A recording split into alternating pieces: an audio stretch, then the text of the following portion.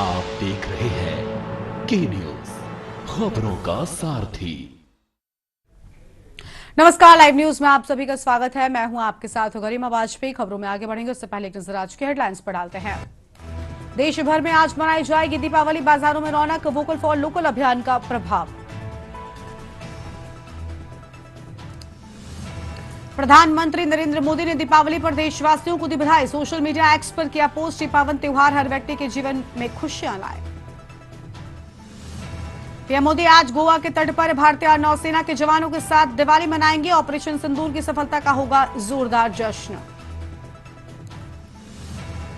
अयोध्या में 26 लाख दियों से रोशन हुआ सरयू घाट। 2128 लोगों ने एक साथ महाआरती की। 2 गिनीज वर्ल्ड रिकॉर्ड बने।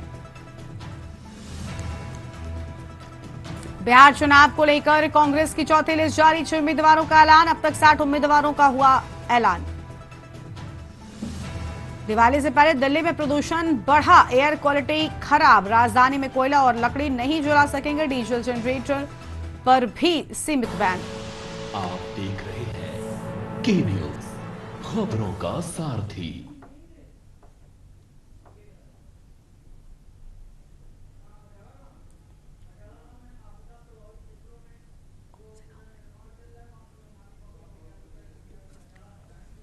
खबरों में आगे बढ़ेंगे उससे पहले सीधा आपको मझाड़ा गांव से हम तस्वीरें दिखाएंगे, जहां पर मुख्यमंत्री पुष्कर सिंह धामी पीड़ितों से बातचीत के लिए पहुंचे हुए हैं। क्या कुछ कहना है वो भी सुनाएंगे आपको।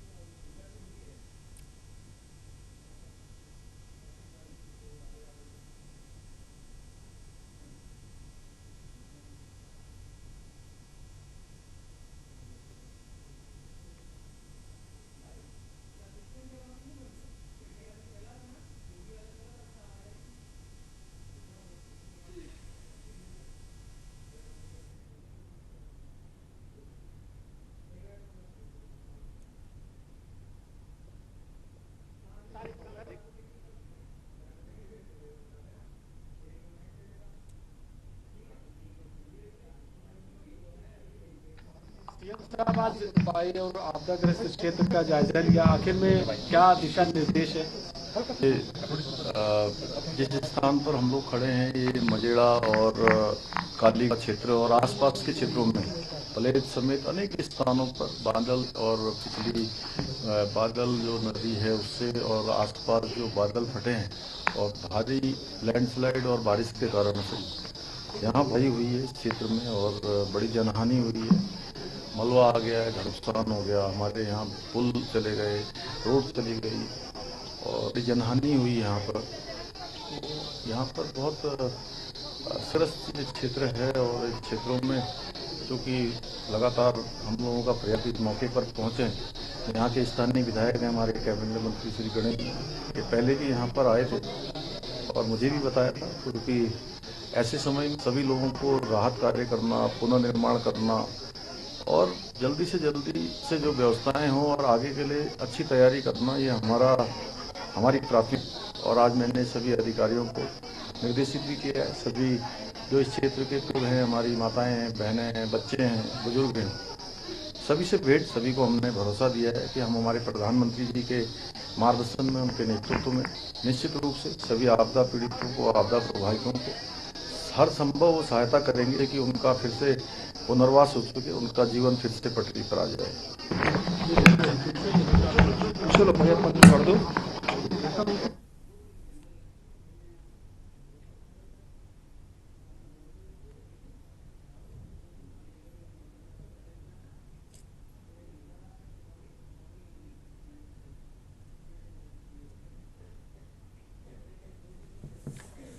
मझड़ा गांव से आपदा पीड़ितों से मुलाकात करने के लिए पहुंचे थे मुख्यमंत्री पुष्कर सिंह धामी। ये तस्वीर आपको हम दिखा रहे हैं देहरादून से, मुख्यमंत्री की तस्वीरें।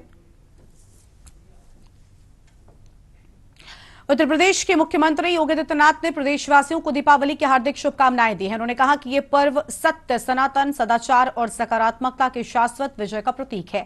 सीएम योगी ने अपने संदेश में कहा कि दीपोत्सव केवल दीप जलाने का अनुष्ठान नहीं, बल्कि आत्मा में आशा का आलोक, समाज में समरसता का स्पंदन और राष्ट्र में नव जागरण का संकल्प है। उन्होंने प्रभु श्री राम और माता जानकी की कृपा से सभी के जीवन में विश्वास, उत्साह और उमंग का दीप प्रज्वलित होने की कामना की।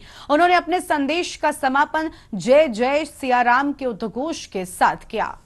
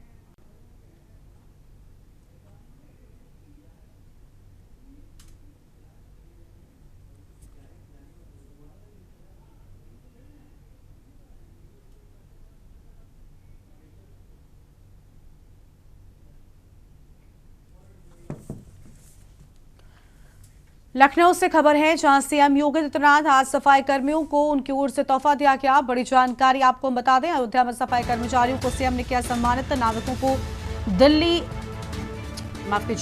को दीपावली के शुभ मौके पर मिष्ठान वितरित किए हैं। गोरखपुर के वनटांगिया गांव में करोड़ों की सौगात देंगे। 49 करोड़ की 133 विकास परियोजनाओं के लोकार्पण व शिलान्यास। वनटांगिया गांव जंगल तिनकुनिया नंबर 3 गोरखपुर में कार्यक्रम होने की बात सामने आई है।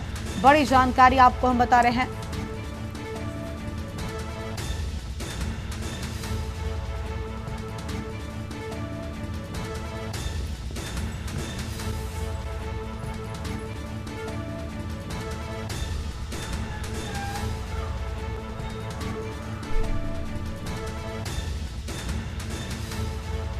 मनीष तिवारी इसी खबर पर बातचीत के लिए हमारे साथ में है। मनीष, पूरी जानकारी क्या है? मुख्यमंत्री की ओर से दीपावली के शुभ मौके पर खास तोहफे दिए गए।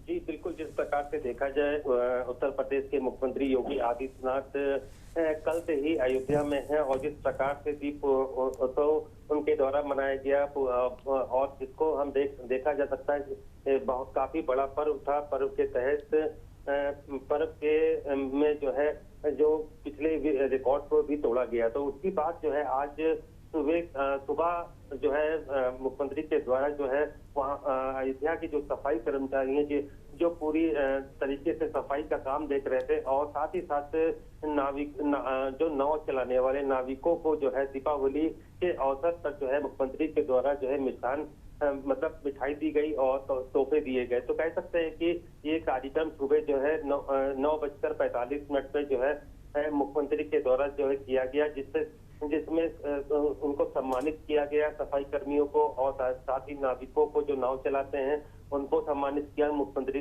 ने दीपावली के इस अवसर पर। उसके बाद मुख्यमंत्री गोरखपुर के लिए रवाना हो गए और जहां पर जो है वन टांगिया गांव है गोरखपुर का, जहां पर 49 करोड़ की 133 विकास परियोजनाओं का लोकार्पण उनके द्वारा किया जाएगा।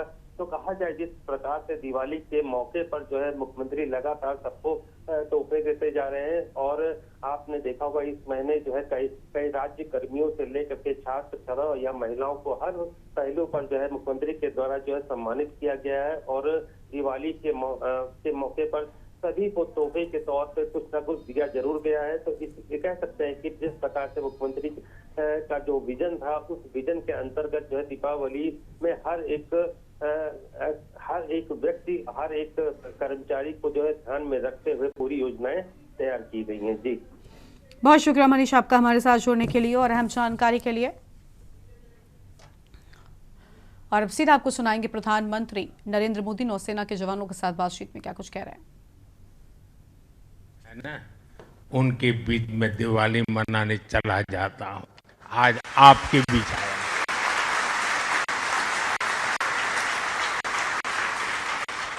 और मैं भी ये दिवाली मेरे परिवारजनों के साथ मना रहा हूं। और इसलिए दिवाली मेरे लिए खास है।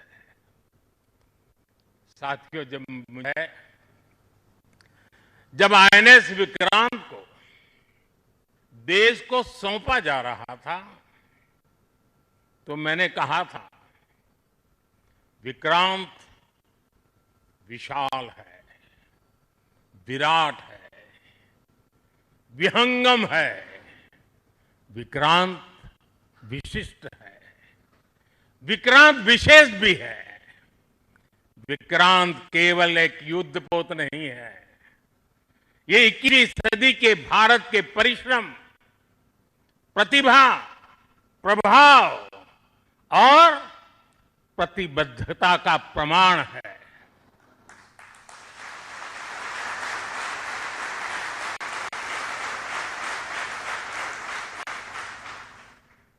आप सबको याद होगा जिस दिन देश को स्वदेशी आईएनएस विक्रांत मिला था, उसी दिन भारतीय नौसेना ने गुलामी के एक बड़े प्रतीक चिन्ह का त्याग कर दिया था।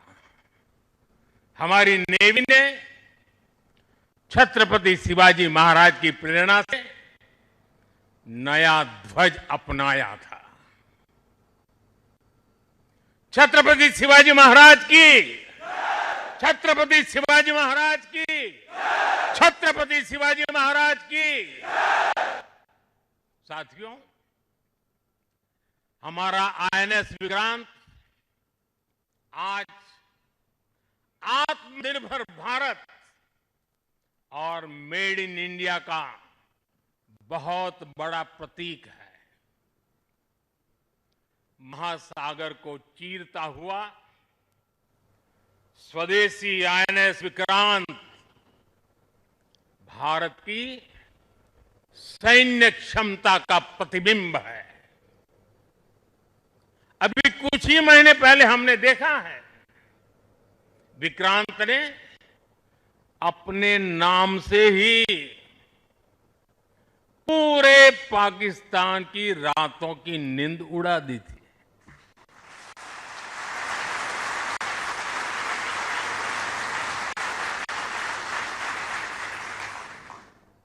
जिसका नाम ही दुश्मन के साहस का अंत कर दे, वो है आईएनएस विक्रांत। वो है साथियों, मैं इस अवसर पर हमारी सेनाओं को खास तौर पर सैल्यूट करना चाहता हूं।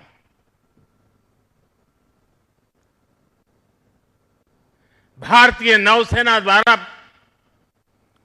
पैदा किए जो भय पैदा किया गया है, भारतीय वायुसेना द्वारा दिखाए गए अद्भुत कौशल ने, भारतीय सेना की जांबाजी ने तीनों सेनाओं के जबरदस्त समन्वय ने ऑपरेशन सिंदूर में पाकिस्तान को इतनी जल्दी घुटने टेकने पर मजबूर कर दिया था।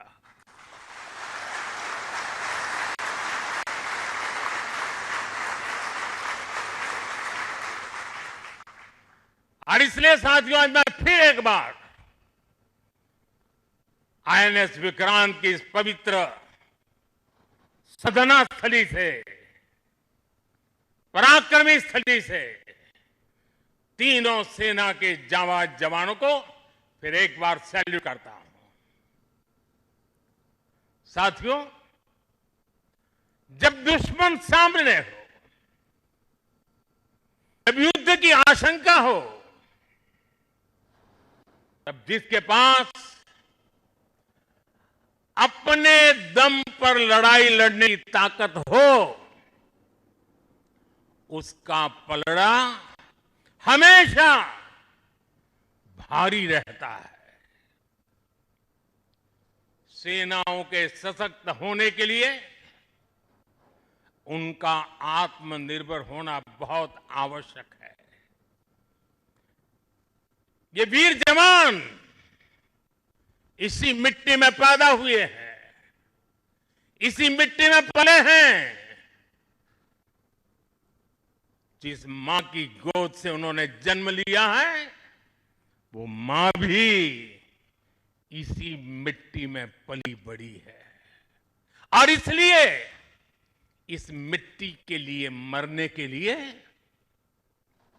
इस मिट्टी के मान सम्मान के लिए अपने आप को खपा देने की वो प्रेरणा रखता है। दुनिया से 6.5 फीट के हट्टे कट्टे जवानों को लाके मैं खड़ा कर दूंगा और कहूंगा आपको पैसे बहुत दूंगा, लड़ लो।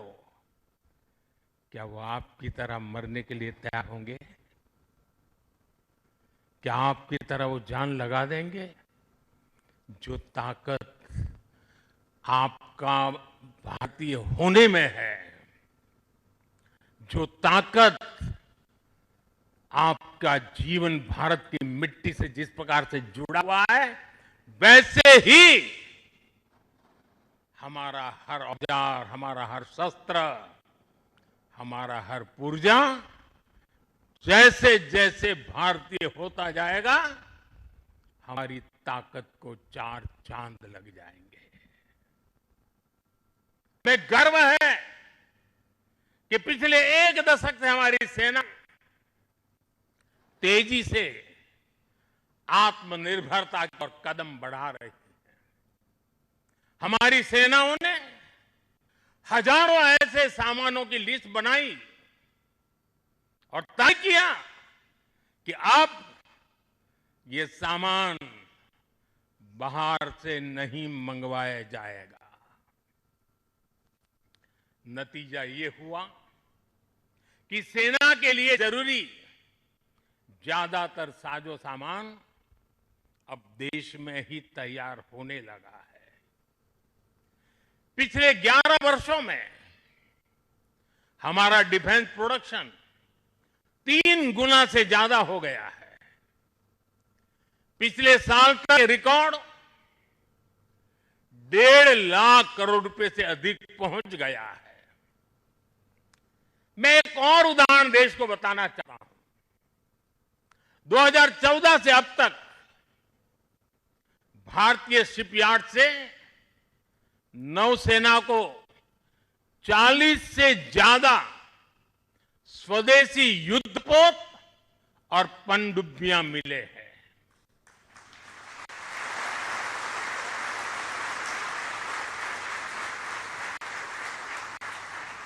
और देशवासी, आप जहां भी मुझे सुन रहे हो, एक आंकड़ा याद रखना। और मैं पक्का मानता हूं, आज आपके सुनने के बाद आपके दिवाली के दिए और ज्यादा तेज प्रकाशित हो जाएंगे। जो मैं कहना चाहता हूं क्या है, आज हमारी क्षमता क्या है? अब तो औसतन हर 40 दिन में एक नया स्वदेशी युद्धपोत या पनडुब्बी नेवी में शामिल की जा रही है। हर 40 दिन में एक। साथियों, हमारी ब्रह्मोस और आकाश जैसी मिसाइलों ने ऑपरेशन सिंदूर में भी अपनी क्षमता साबित की है। ब्रह्मोस नाम ही ऐसा है कि सुनते ही कई लोगों को चिंता हो जाती कि ब्रह्मोस आता है क्या। अब दुनिया के कई देश इन मिसाइलों को खरीदना चाहते हैं। मुझे विश्व के जो भी लोग मिलते हैं उनकी इच्छा एक होती है कि हमें भी मिल जाए। भारत तीनों ही सेनाओं के लिए हथियार और उपकरण एक्सपोर्ट करने की क्षमता बिल्ड कर रहा है। हमारा लक्ष्य है कि भारत पूरी दुनिया के टॉप डिफेंस एक्सपोर्टर देशों में शामिल हो। पिछले एक दशक में हमारा डिफेंस एक्सपोर्ट 30 गुना से अधिक बढ़ गया है और सफलता के पीछे हमारी बहुत बड़ी भूमिका डिफेंस स्टार्टअप की है, स्वदेशी डिफेंस इकाइयों की है। आज हमारा स्टार्टअप भी दम दिखा रहा है। साथियों, शक्ति और सामर्थ्य को लेकर भारत की परंपरा रही है ज्ञानाय दानाय च रक्षणाय। ज्ञानाय दानाय च रक्षणाय अर्थात हमारा विज्ञान, हमारी समृद्धि और हमारी ताकत मानवता की सेवा और मानवता की सुरक्षा के लिए होती है। आज जब इंटरकनेक्टेड वर्ल्ड में देशों की अर्थव्यवस्था और प्रगति समुद्री रास्तों पर निर्भर है, तब भारत की नेवी ग्लोबल स्टेबिलिटी में अहम भूमिका निभा रही है।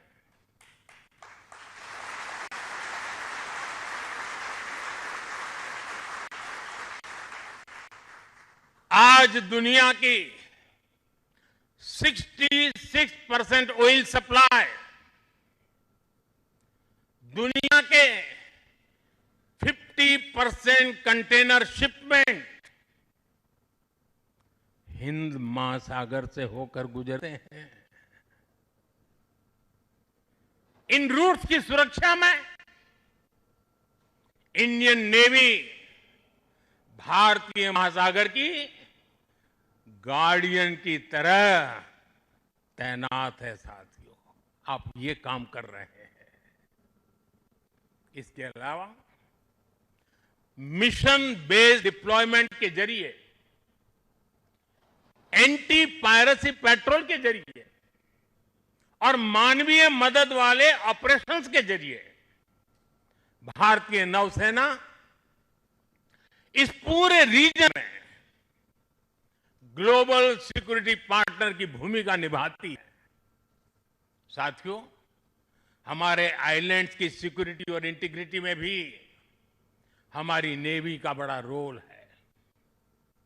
कुछ समय पहले हमने फैसला लिया था कि 26 जनवरी को देश के हर आइलैंड पर तिरंगा फहराया जाना चाहिए। देश के उस संकल्प को हमारी नेवी हर 26 जनवरी को आन बान शान के साथ पूरा करती रहती है। मैं नेवी को बधाई देता हूं। आज भारत के हर द्वीप पर नौसेना तिरंगा फहरा रही है।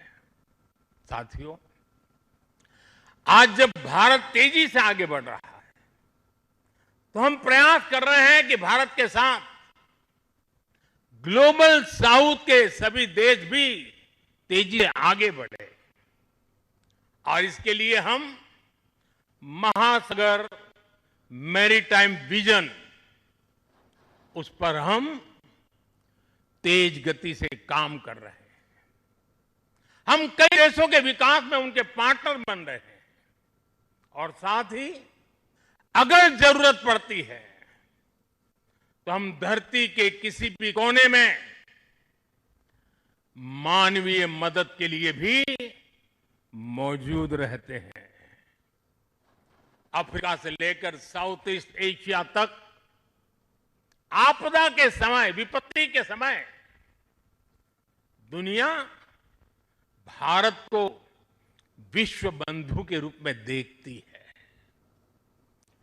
2014 में हमारे पड़ोसी देश मालदीव में पानी का संकट आया। हमने ऑपरेशन नीर चलाया। हमारी नेवी स्वच्छ पानी लेकर मालदीव पहुंची।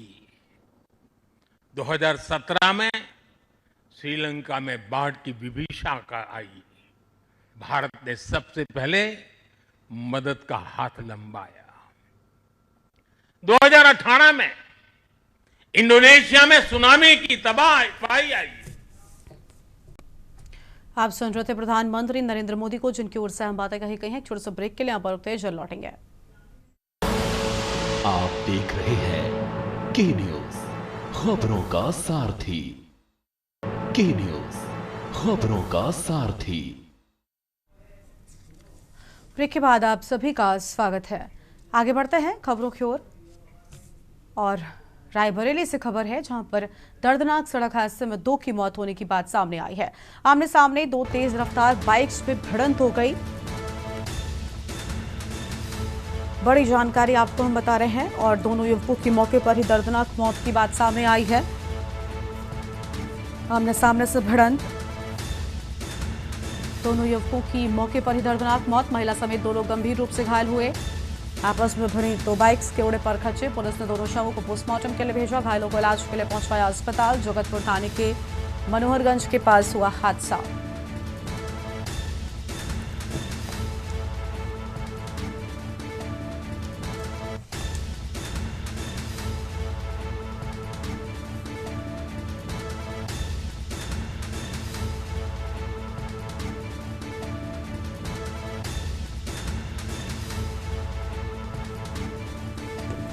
आमने सामने 2 तेज रफ्तार बाइक्स में हुई भिड़ंत। बड़ी जानकारी आपको हम बता रहे हैं, दोनों युवकों की मौके पर ही दर्दनाक मौत की बात सामने आई है। बड़ी खबर आपको हम बता दें, महिला समेत 2 लोग गंभीर रूप से घायल भी हुए हैं।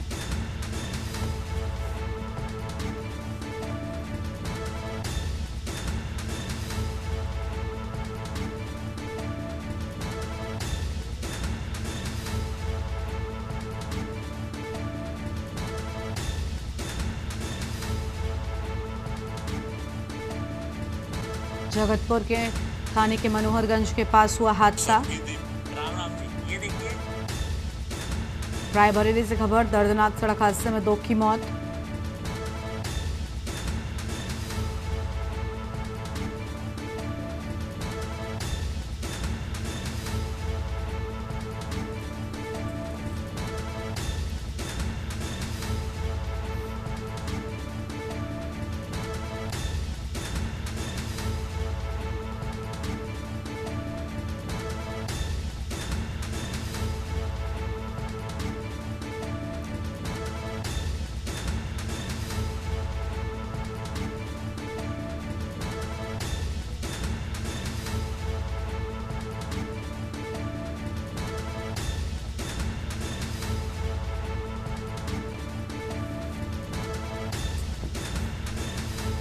और इसी खबर पर बातचीत के लिए हमारे साथ हमारे संवाददाता केशवानंद जुड़ चुके हैं। केशवानंद, पूरी जानकारी क्या है? आमने सामने 2 तेज रफ्तार बाइक्स में भिड़ंत हुई, 2 लोगों की जान जाने की बात सामने आई है।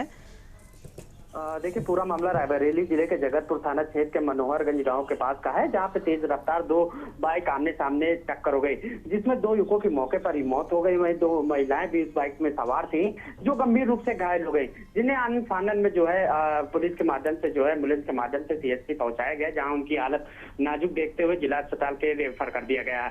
वहीं दोनों मृतकों के शव को पुलिस ने कब्जे में लेकर के पोस्टमार्टम के लिए भेज दिया और पूरे मामले की जाँच पड़ताल में जुट गई है। जी, शुक्रिया केशवानंद आपका हमारे साथ जुड़ने के लिए और अहम जानकारी के लिए। महिला समेत 2 लोग गंभीर रूप से घायल होने की बात सामने आई है, ये बड़ी जानकारी आपको हम बता दें।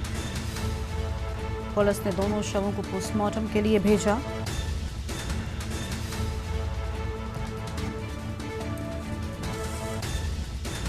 घायलों को इलाज के लिए पहुंचाया गया अस्पताल। जगतपुर थाने के मनोहरगंज के पास हुआ हादसा।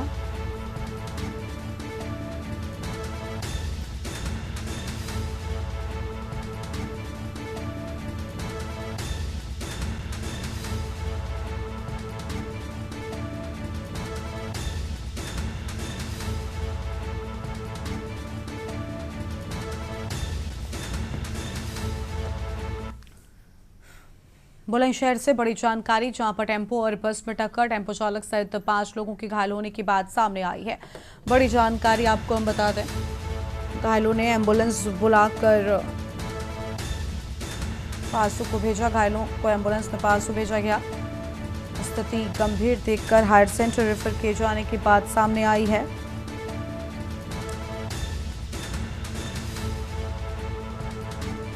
घायलों में 2 मासूम और 1 महिला भी शामिल। ये बड़ी जानकारी आपको हम बता रहे हैं।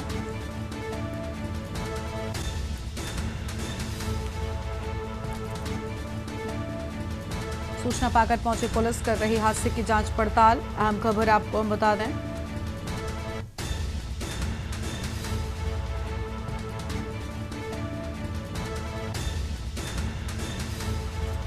बुलंदशहर से बड़ी जानकारी।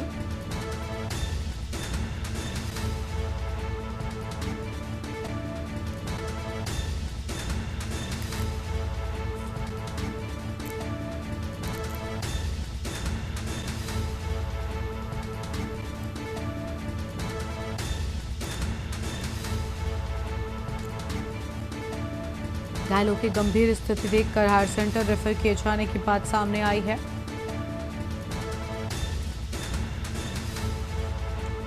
सूचना पाकर पहुंची पुलिस कर रही हादसे की जांच पड़ताल। जी, अभी 5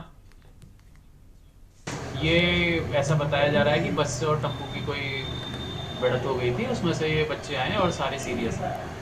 अच्छा, तो इनको रेफर किया जा रहा है। अच्छा, बताया जा रहा है 3 लोग और भी घायल हैं, वो भी अभी तक हमारे पास पहुंचे नहीं है। जब पहुंचेंगे तो उनका इलाज करके हम जैसी भी जरूरी होगी।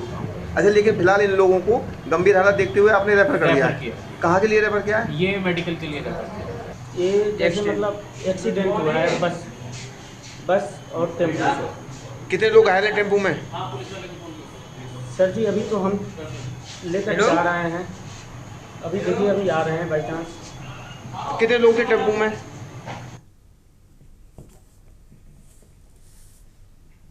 सीतापुर से खबर है, जहां पर मूंगफली उठाने को लेकर 2 पक्षों में मारपीट हो गई और घर के बाहर पड़ी मूंगफली उठाने को लेकर मारपीट की बात सामने आई है। 2 पक्षों में जमकर मारपीट का वीडियो वायरल हुआ। लगभग 1 दर्जन लोग घायल हो गए। 2 की हालत गंभीर बताई जाती है। सभी को नजदीकी अस्पताल में भर्ती कराया गया।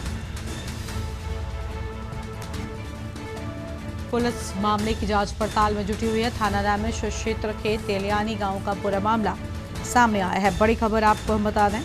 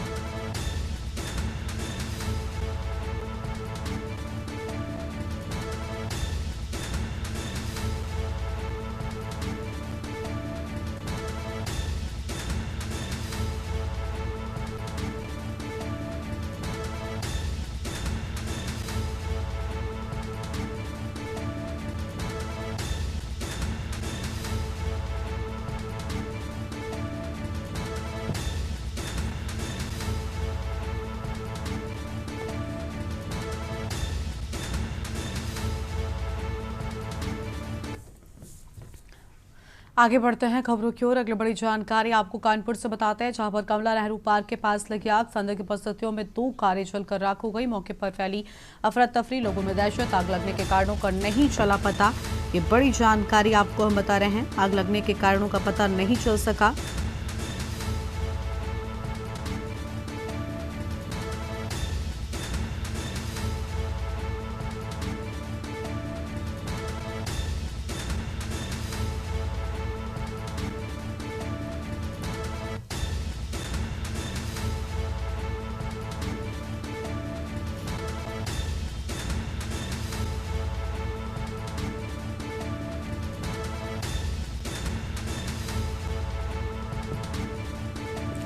बड़ी जानकारी आपको हम बता रहे हैं।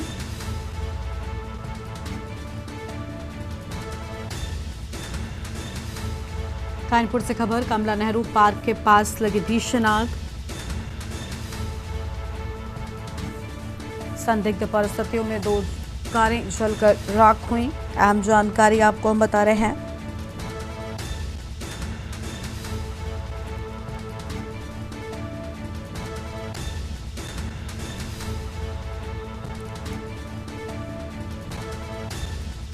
आग लगने के कारणों का नहीं चल सका है पता।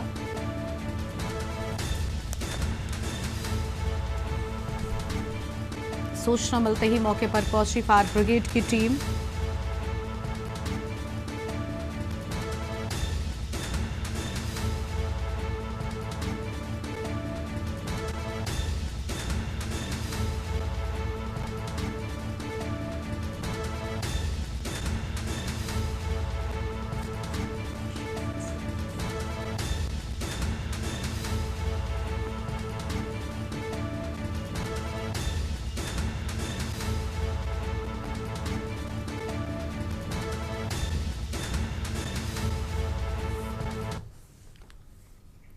आगे बढ़ेंगे खबरों की ओर। अगली बड़ी जानकारी आपको प्रयागराज से बताते हैं, जहां पर बेकाबू कार ने कई लोगों को रौंदा है। नशे में धुत कार चालक ने कई लोगों को रौंदा। हादसे में 2 की मौत, कई की हालत गंभीर है। चालक ने आधा किलोमीटर तक तांडव मचाया और कार चालक को पुलिस ने गिरफ्तार भी कर लिया है। बड़ी जानकारी आपको हम बता रहे हैं। हादसे में 2 लोगों की मौत होने की बात सामने आई है। चालक ने आधा किलोमीटर तक मचाया तांडव। थाना धूमनगंज क्षेत्र के राजरूपपुर का पूरा मामला सामने आया है।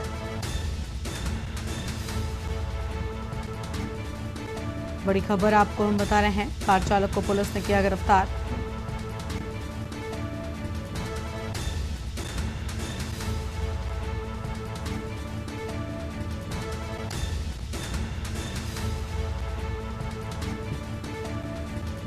नशे में धुत कार चालक ने कई लोगों को रौंदा। अहम जानकारी आपको हम बता रहे हैं।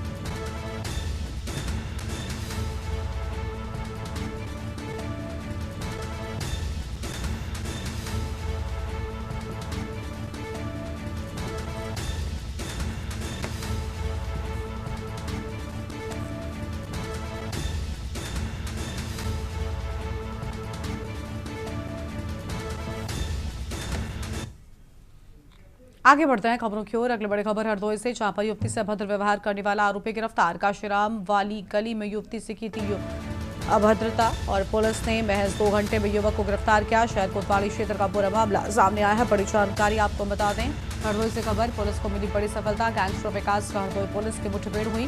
पावर हाउस के पास पुलिस का गैंगस्टर की मुठभेड़ की बात सामने आई है।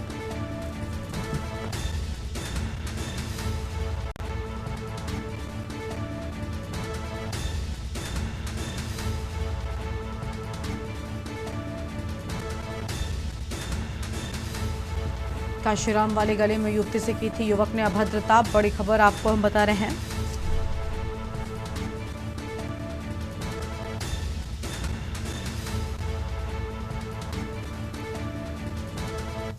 शहर कोतवाली क्षेत्र का पूरा मामला सामने आया है। बड़ी जानकारी आपको हम बता दें।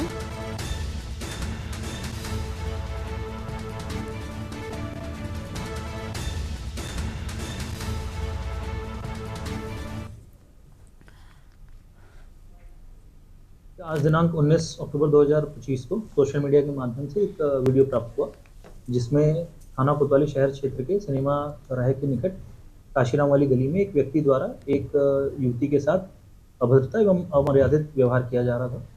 इस वीडियो का तत्काल संज्ञान में लेते हुए स्थानीय पुलिस की कई टीमें लगाई गई व्यक्ति की पहचान के लिए। व्यक्ति की पहचान मतलूफ पुत्र जाहिद अली, उम्र लगभग 40 वर्ष, हाल पता महुलिया शुपार, थाना कोतवाली देहात के रूप में हुई है। अभियुक्त के खिलाफ सुसंगत धाराओं में थाना कोतवाली शहर में अभियोग पंजीकृत किया गया है। गिरफ्तारी कर माननीय न्यायालय के समक्ष प्रस्तुत किया जा रहा है। अन्य आवश्यक वैधानिक कार्रवाई प्रचलित।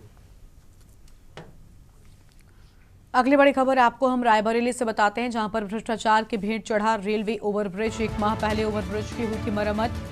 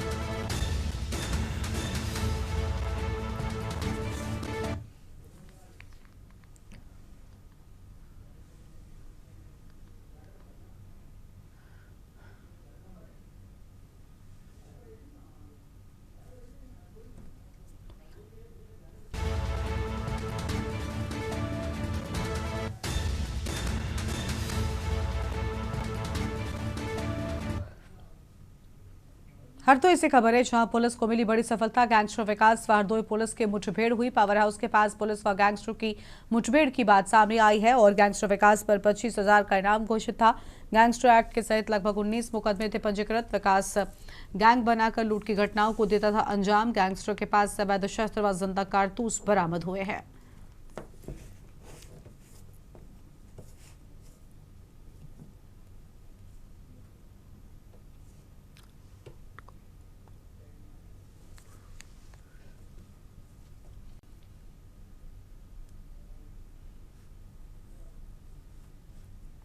अगली खबर है रायबरेली से, जहां पर भ्रष्टाचार की भेंट चढ़ा रेलवे ओवरब्रिज। 1 माह पहले ओवरब्रिज की हुई थी मरम्मत पूरी होने के 1 माह में फिर हुआ क्षतिग्रस्त। अहम खबर आपको हम बता रहे हैं, साल 2018 में बनकर तैयार हुआ ओवरब्रिज निर्माण के 2 महीने बाद ही क्षतिग्रस्त हुआ था ओवरब्रिज।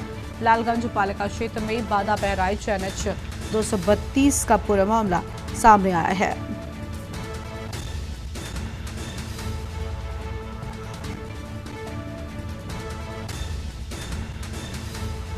साल 2018 में बनकर तैयार हुआ ओवरब्रिज।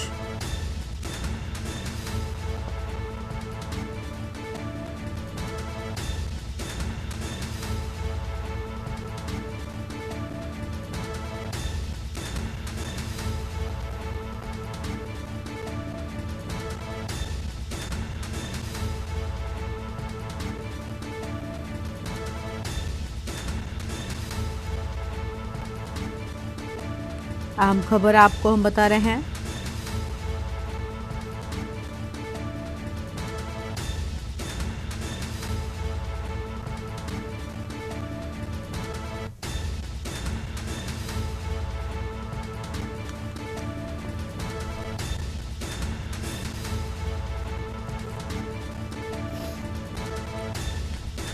निर्माण के 2 माह बाद ही क्षतिग्रस्त हुआ था ओवरब्रिज। बड़ी खबर आपको हम बता रहे हैं।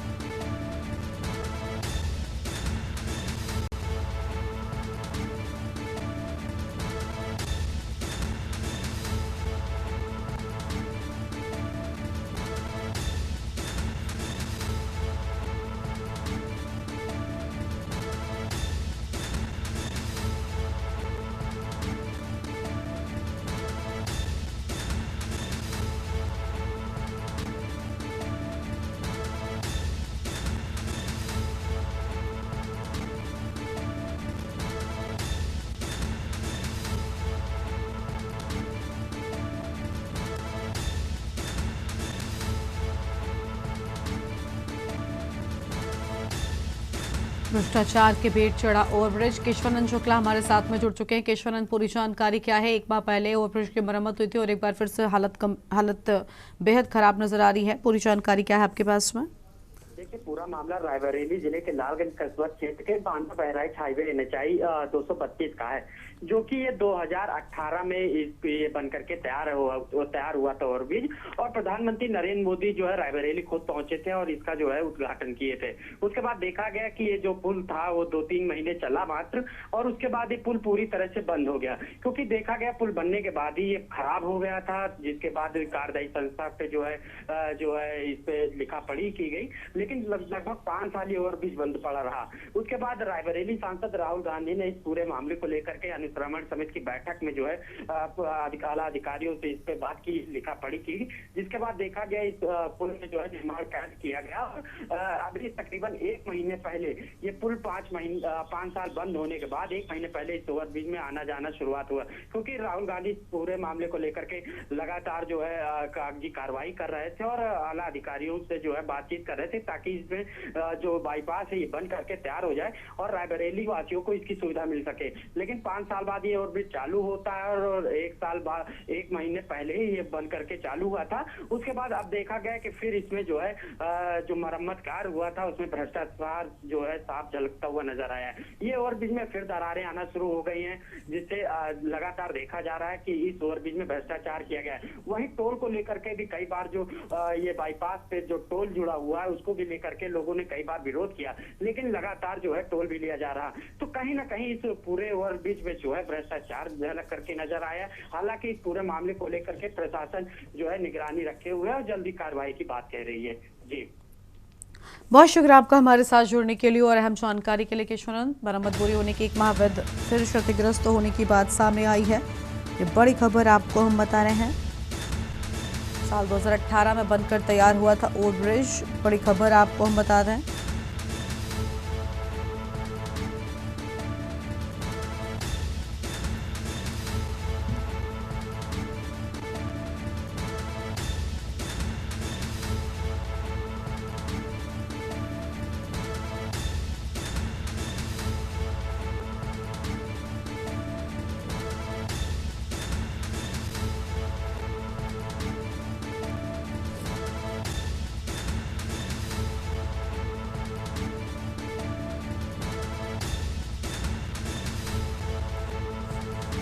मरम्मत पूरी होने के 1 माह बाद फिर हुआ क्षतिग्रस्त। बड़ी खबर आपको हम बता रहे हैं।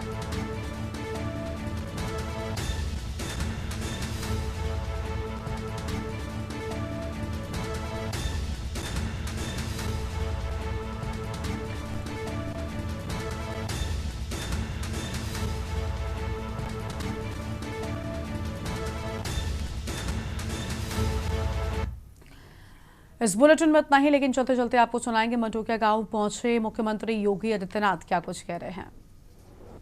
गोरखपुर के महापौर डॉक्टर मंगलेश श्रीवास्तव जी, विधान परिषद सदस्य डॉक्टर धर्मेंद्र सिंह जी, माननीय विधायकगण श्री विपिन सिंह जी, महेंद्र पाल सिंह जी, श्री राम चौहान जी, प्रदीप शुक्ला जी, डॉक्टर विमलेश पासवान जी, श्री स्वर्ण निषाद जी, महिला आयोग की प्रदेश की उपाध्यक्ष श्री चारू चौधरी जी,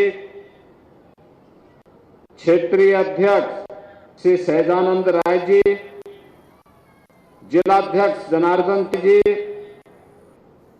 महानगर के अध्यक्ष श्री राजेश गुप्ता जी, पूर्व जिलाध्यक्ष श्री विश्वर सिंह जी, ब्लॉक प्रमुखगण श्रीमती वंदना सिंह जी, श्री जनार्दन जायसवाल जी, श्री शिव प्रसाद जायसवाल जी, आज के कार्यक्रम में उपस्थित बनटांगिया गांव के मुखिया श्री रामरेश गौड़ जी, बलराम राजभर जी, विशंबर मौर्य जी, परमात्मा निषाद जी, आज के इस कार्यक्रम में उपस्थित बनटांगिया गांव से जुड़े हुए सभी उपस्थित बहनों और भाइयों, विभिन्न संगठनों से जुड़े हुए यहां पर पदाधिकारीगण, मीडिया के प्रतिनिधिगण और उपस्थित सभी गणमान्य महानुभाव, आज ये मेरा सौभाग्य है कि दीपावली के अवसर पर दीपावली मिलन कार्यक्रम के साथ ही टांगिया और गोरखपुर के विकास से जुड़ी हुई 50 करोड़ के आसपास की योजनाओं के लोकार्पण और शिलान्यास के साथ ही